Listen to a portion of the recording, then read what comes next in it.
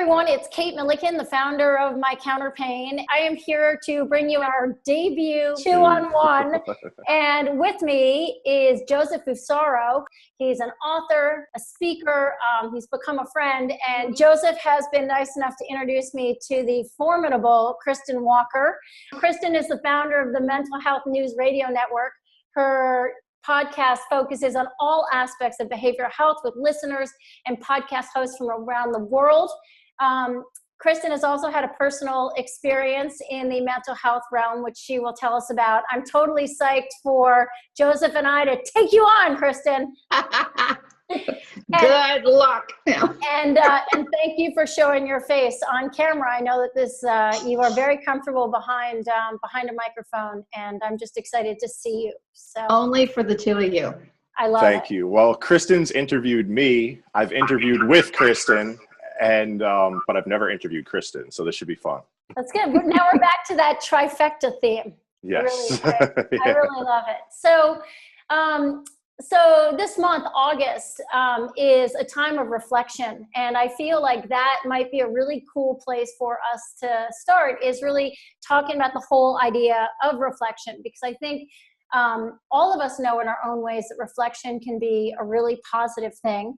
And both of you have had challenges in your life that arguably haven't been positive, and the idea of reflecting in the face of the things that you guys have persevered through, I think could be challenging. So Joseph, for the people that don't know you, I don't know who they would be, I would love for you to just give a little history about your own personal health experience. All right. So basically, there's a lot. How long do I have? Not that basically, long. All right. So we started basically in college. I had some depression going on. They thought it was ADHD. I couldn't do any schoolwork. I didn't really want to like meet people at college, which is kind of weird because that's basically what everybody goes to college for. And I started seeing a doctor, started taking Adderall, Xanax, and an antidepressant. At the time, we didn't know that I had bipolar, and the Adderall and Xanax would, spin me right into to mania every time. I failed out of college, quit jobs, probably failed out of college 4 or 5 times, quit 3 or 4 jobs over the course of my 20s, and then went into psychosis and decided I was going to move out to California and I was going to escape like my whole life. And I thought things would get better out there, and it totally didn't. Would end up going back and forth between, I'd go to California, I'd come home, I'd go into the hospital. I'd get out of the hospital. I didn't want to talk to anybody. I didn't trust anybody. I'd go back to California, and that happened like 9 or 10 times in my late 20s. And then finally, my last hospitalization in my 30s, something clicked where I was there on Independence Day in the summer. I knew that all my family and friends were out at like barbecues or at the beach or something. And somehow something clicked where like I couldn't go back and stay in the hospital for like another month or 45 days or whatever it was. And luckily I found a really good doctor after that hospitalization. And since then, things have been going better. This is 2013, and since then, I've been out of the hospital. You've had 3 really much better, positive years. Yeah. Yep. And Kirstin, so you have this amazing radio show that both Joseph and I got to be on, which was so great, and I will post a link to that. Mental Health News Radio, and you make such a conscious effort to really root your dialogue in a place of total vulnerability. And one of the things I was so amazed by is getting to have a conversation with you where you were so kind of, your foundation was all from your own personal traumatic experience. So I'd love for you to give our viewers some context on that.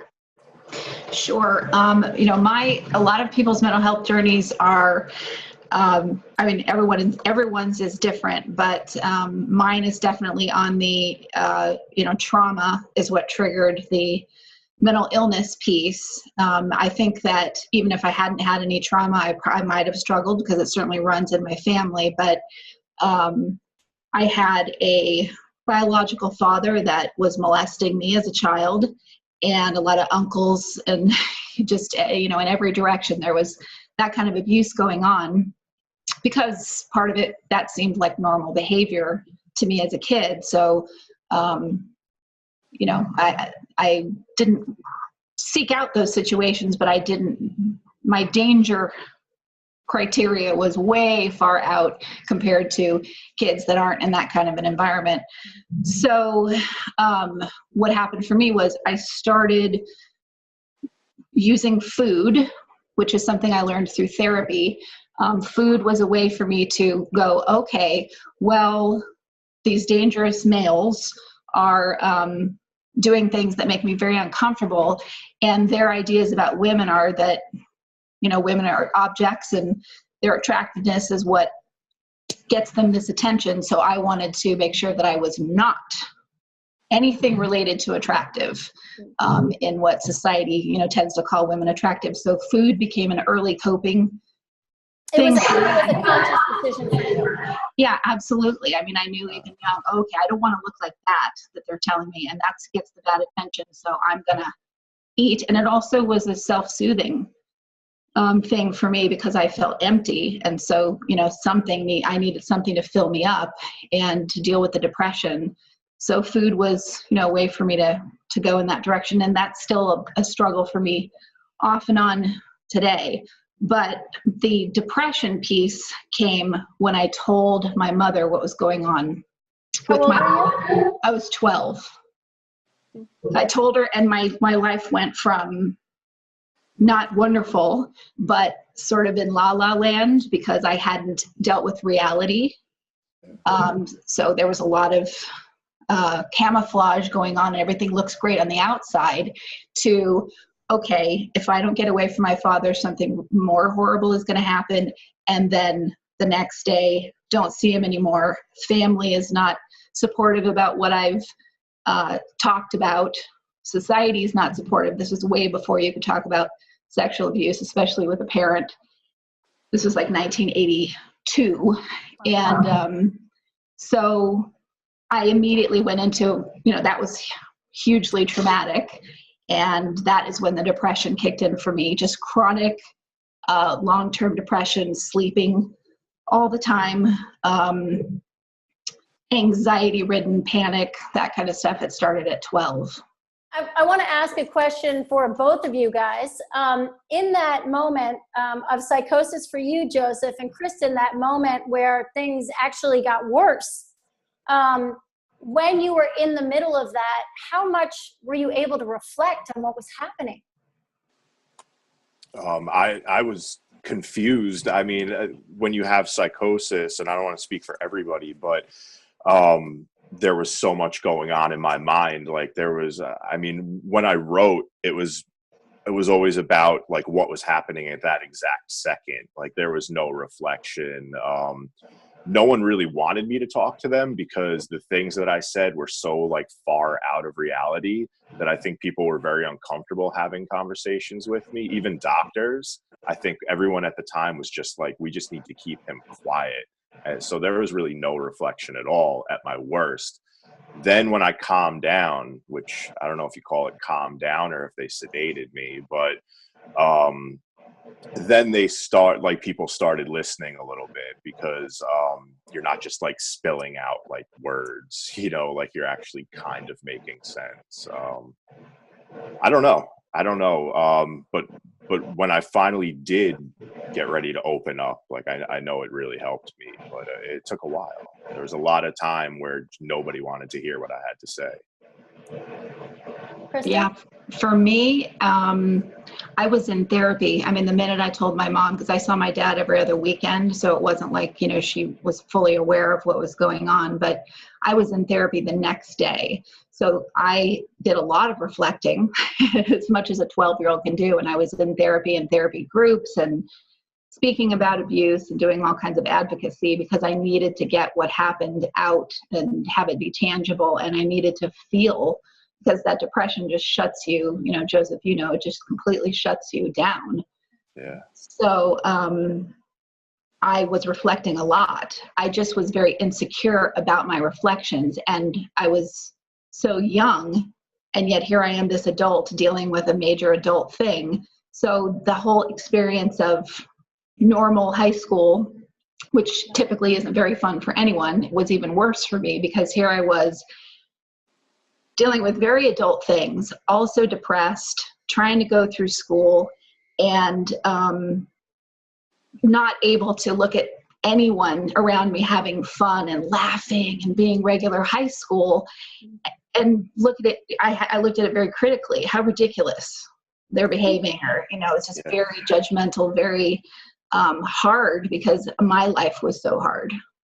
You were also dealing with the dichotomy of wanting to talk about it and expressing yourself, and then within your eating, pushing it away or making a barrier. I mean, that's a really interesting paradox too.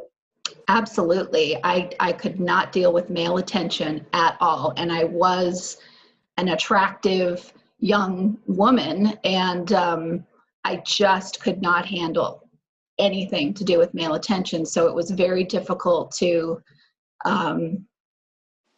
get that, not know how to process it, not label it as something horrible, and to not analyze the crap out of everything.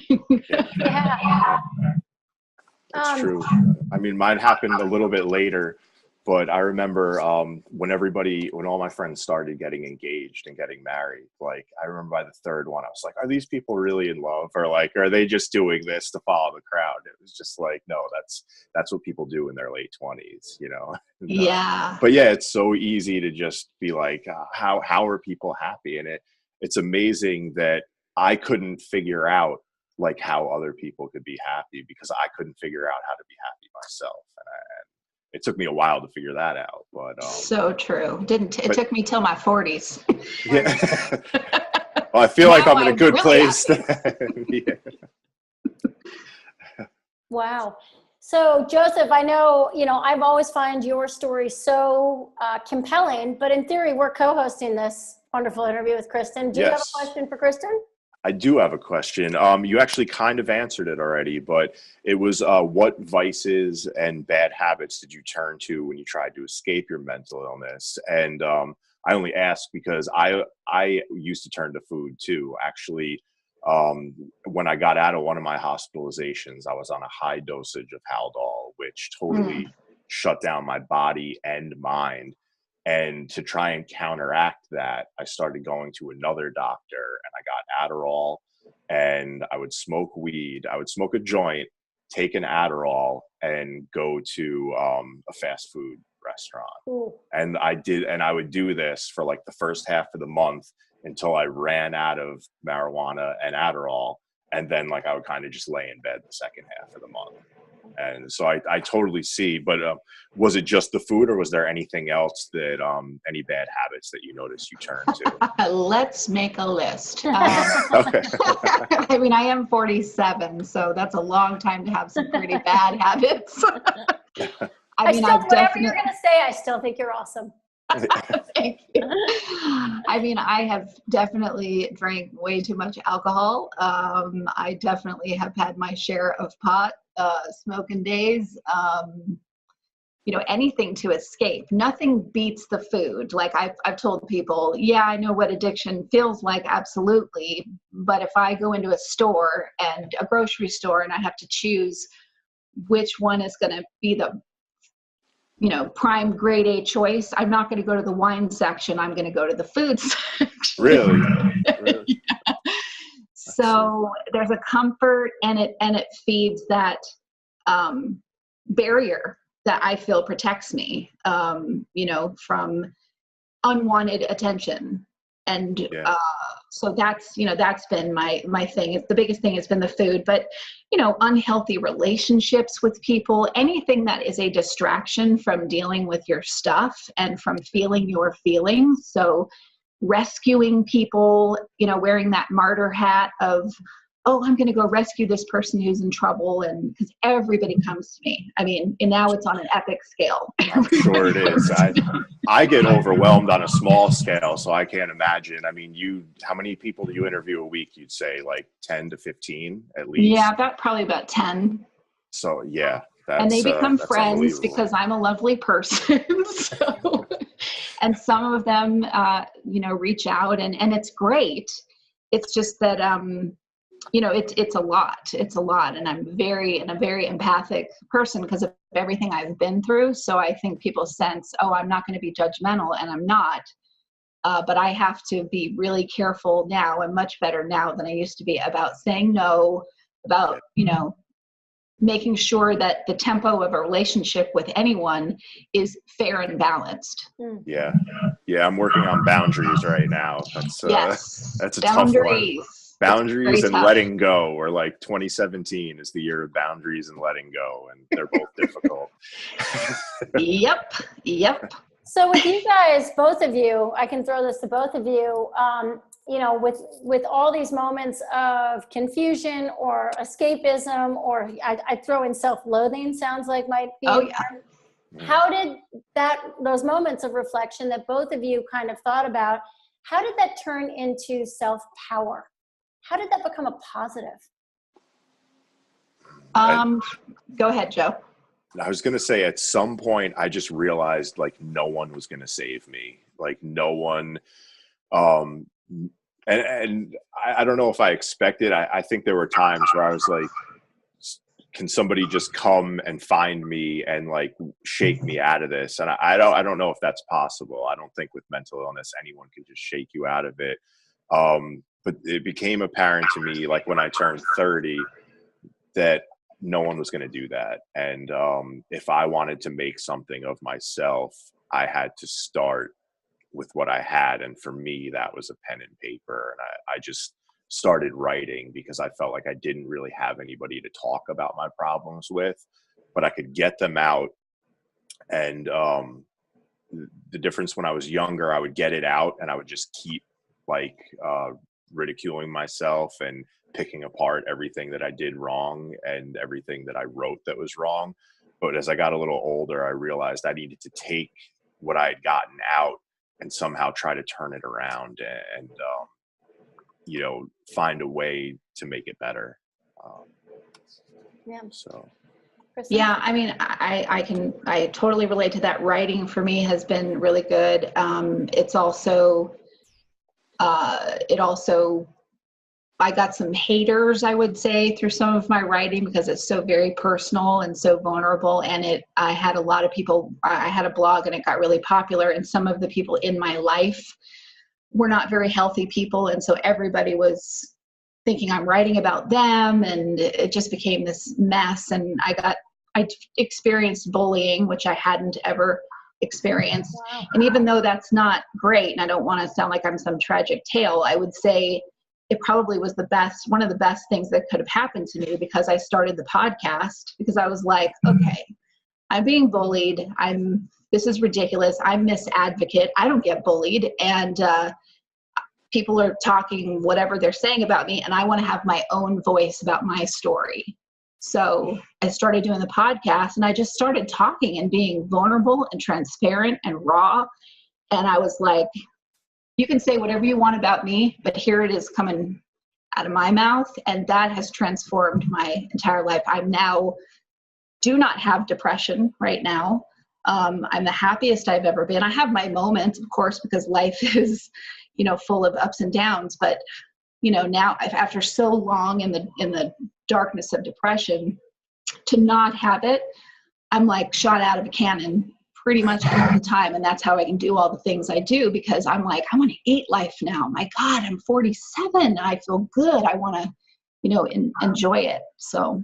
Have you had an experience with you moving to having your radio show and really opening up your vulnerability and your rawness, where somebody in your past who bullied you or scoffed at you came around? Did you have any resolution to, that negative posse of people? Not with them personally, and not like I didn't try. I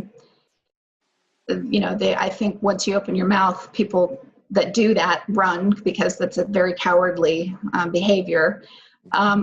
I'd say more recently, anyone that's done anything that hasn't been really cool, there is a resolution. We talk about it. My skills are better at handling it, and I'm picking much nicer people that, you know, if there's a mistake made or something, you know, that's hurtful, they apologize.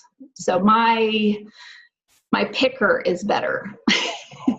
And also probably on some level your worldview as a whole. So certainly you can say I'm becoming more conscious of the people I surround myself with. Yes. But I think that's as a result of kind of moving through some sort of journey of healing. Because I feel like the three of us, you know, with my MS and, you know, mental health, trauma and mental health issues, eating, whatever it is, in some ways the adversity doesn't matter. And that there is kind of this process of denying it and coming to terms with it in some way and slowly building from it.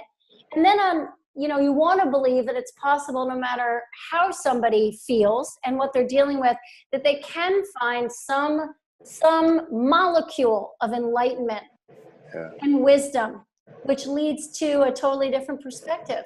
Well, and then I think with me, I don't know about you two, but I see it in both of you. Like, was there that one part or one time when you thought, I would love it if the next person could have somebody where I didn't, you know, doing the things that I couldn't find somebody doing, like maybe if I join this group, it'll add like another community into, like, you know, the community of people that don't have anybody to talk to. Maybe like I can reach people and bring them into this community.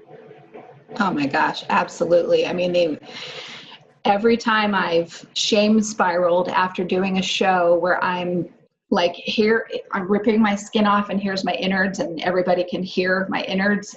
Every time I've done a show, and I've done 450, so I'm real good at walking around naked and being confident in that now. But every time I would do one and I would just shame spiral about it, I would get an email, phone calls, text messages from people crying, saying, oh my gosh, I listened to you in my closet. And because I'm afraid of whoever the person I'm with, or I've been in the depths of depression, and I just hearing your voice every day talking about what you talk about makes me realize I can keep going. I mean, that's the kind of stuff where I'm like, okay, this is what advocacy is. And I don't care if it's one person or if it's a million. I don't care, as long as somebody feels better from what, you know, from my own experience. And that's what I think. A lot of people think that advocacy, I'm hearing the echo again. Sorry. It's okay. Wait. Yeah. Okay, do a pickup. Go ahead. Oh, a lot of people think about advocacy that it's all about pushing your, you know, what works politically, or pushing education and like making people that don't get it understand. And I find that I always hit walls when I try and tell somebody that doesn't get mental illness, this is how you have to feel about mental illness. I get like the most blank stare in the world, because how could I force somebody to understand what I went through? But if I can bring somebody into my community, I think that that's advocacy, you know, is like to make our community stronger. I'm never going to understand what somebody else went through, and they're never going to totally understand what I went through. But to bring the people that do get it together, like that's what I think advocacy is all about. Wow. So for the two of you, and this will be our last question, what are you excited about in your future? What has opened up for both of you as a result of where you're at? For me, it's this pride in creating something that I never intended to be successful, and yet it is. And it's successful from honesty and sharing the struggle, you know, the struggle that everybody has. I mean, one of the things that I love to point out, and I will get this message out if I have to do it until I'm no longer drawing breath. Everybody at one point in their life or another is diagnosable with some form of mental illness. So it's like, it doesn't, there's no such thing as other and those people. It's all of us, you know? And so those things that you were saying, Joseph, about, you know, when you get that blank wall, I'll tell you what's helped me a lot with that is being psychologically manipulated or abused has made my ability to see how to weave my way into someone that doesn't believe or can't see it. It's made that ability like Teflon for me, the resolve stronger, and really be able to navigate someone's no and try to find out where that came from and, you know, give them some education. I don't throw it like a brick at their head, but I've been able to. No, I know what you mean. Yeah. Yeah. Get in there and be like, okay. I know how to bob and weave because I've had people bob and weave in my mind in a negative way. I know how to do it in a positive way to get a different result. Well, I agree with that. And then usually once you connect with them on a level that, you know, they've either, you know, their good friend or their family member has went through something, like then they get it immediately. So as far as that kind of education goes, I totally get it. So. How about you, Joseph? What about you for your future? What do you see in it as a result of, you know, I feel even knowing you that you have really, especially with the theme of reflection, have taken that and really bounced it forward. So where are you in your path and what's ahead of you? Well, last year doing the speeches for NAMI was one of the best years of my life doing that. So this year I'm trying to take the speeches. I'm working with a couple other organizations and I'm going to try and go a little more national with some speeches. Working on a book/screenplay of my late 20s and the whole California hospital back and forth thing. So, you know, I think that's going to be like a 1 to 2 year project, but that's what I'm working on now. Who's going to play me? I've thought about it, but I have a feeling they haven't been found yet. Jonah Hill. No. It's going to be somebody that nobody's ever heard of, hopefully. Oh, what a task. I would not. Yeah. No one wants to play me in a story.